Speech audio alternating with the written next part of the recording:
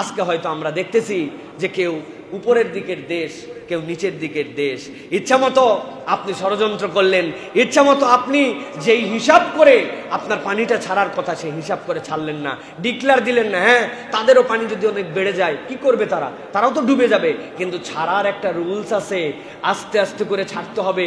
এইটা প্রথম থেকেই ধারণা নিতে হবে কি পরিমাণ পানি রিজার্ভ হতে পারে। ও তো বাঁচানোর চিন্তা করার পরে আপনি একবারে পুরা মেরে ফেলে দিবেন, এইটা কোনো লজিকের মধ্যে পড়বে না, পৃথিবীর আইনেও না, মানবিক আইনেও না।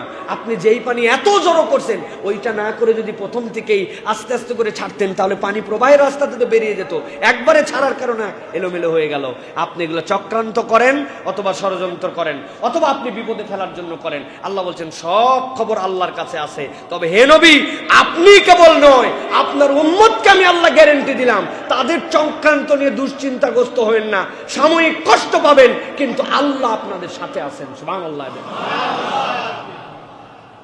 আজকের দেশের প্রতিটা মানুষের হৃদয়ে ব্যথা, প্রতিটা মানুষ মেন্টালি ওই জায়গাতে আছে, ফিজিক্যালি এখানে আছে। ঠিক না ভাই?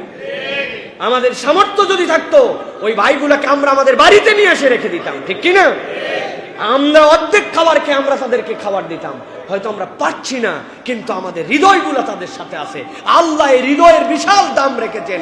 আপনার এই অন্তরের কারণে আপনি কিয়ামতের দিনে সওয়াব পাবেন ইনশাআল্লাহ। আপনি জানেন একজন আবেদার কথা নবীজি বলছিলেন, তাহাজ্জুদ গুজার, তাহাজ্জুদ একদিনও বাদ দেয় না কিন্তু জাহান্নামে যাওয়া লাগছিল। কি জন্য? তার একটা বিড়াল ছিল, ওই বিড়ালটা বেঁধে রাখছিল, ছেড়ে দিলে নবী করিম সাল্লাল্লাহু আলাইহি ওয়াসাল্লাম বলছেন তাকুলু মিন খাশাশিল আরদ, তাহলে সে বাহির থেকে যে খেয়ে নিত, কিন্তু তাকে ছাড়েও না, খাওয়ারও দেয় না। তাহাজ্জুদ গুজার, ফরজ তো বাদ দেয় না, ফরজ বাদ দিয়ে কেউ তাহাজ্জুদ পড়ে না।